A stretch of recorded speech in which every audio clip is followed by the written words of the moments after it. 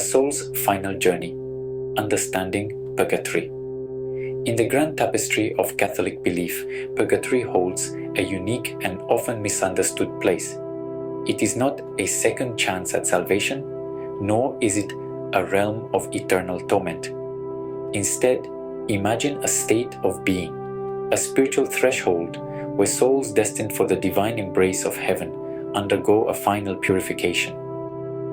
This process removes any remaining imperfections, any lingering attachments to sin, preparing the soul for the unblemished glory of God's presence.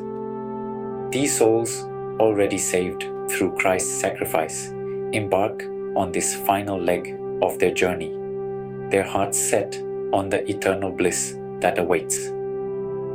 Unlike the definitive judgments of heaven and hell, Purgatory represents a crucial transitional stage. It is the Catholic Church's affirmation that even amidst God's boundless love and mercy, there remains a need for cleansing, a refining fire that prepares souls for the ultimate union with their Creator.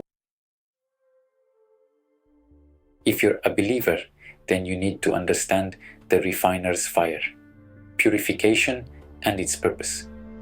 The concept of purification, central to the understanding of Purgatory, might evoke images of fire and brimstone. While not entirely inaccurate, this imagery requires careful interpretation.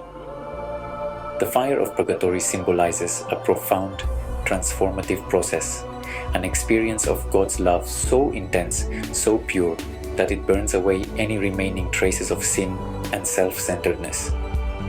Imagine a soul having lived a life of faith and good deeds, yet still carrying the weight of minor transgressions, unrealized potential, or unconfessed venial sins. These imperfections, though not damning, impede the soul's capacity to experience the fullness of God's presence. Purgatory, then, becomes the crucible where these imperfections are purged, not through punishment, but through a process of intense purification. This cleansing fire allows the soul to shed its earthly attachments, its imperfections, and emerge radiant, prepared to bask in the unfiltered light of God's love. A bridge, not an abyss. Purgatory versus damnation. It's crucial to distinguish between Purgatory and Hell, two distinct realms often conflated due to their association with suffering. Hell represents eternal separation from God, a consequence chosen by those who actively reject His love and mercy.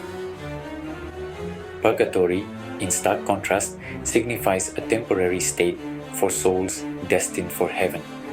While both may involve a sense of purgation, their nature and purpose diverge drastically. Think of a bridge engulfed in flames, a terrifying prospect, yet one that ultimately leads to safety on the other side. Those in Purgatory experience not the torment of the damned, but the pain of love, a profound longing for God, a burning desire for union with Him. This yearning, though intense, fuels their purification, propelling them towards the ultimate reunion they crave. Grace's embrace, salvation and the role of Purgatory. A common misconception about Purgatory lies in equating it with earning one's salvation.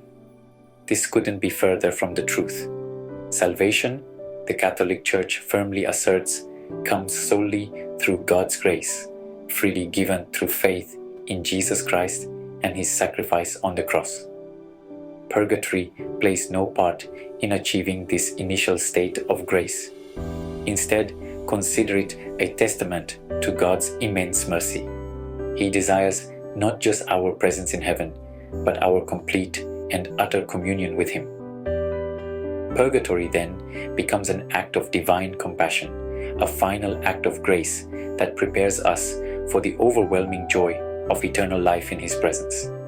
It ensures that when we finally stand before God, we do so not as flawed beings, but as reflections of His perfect love, capable of receiving the fullness of His glory.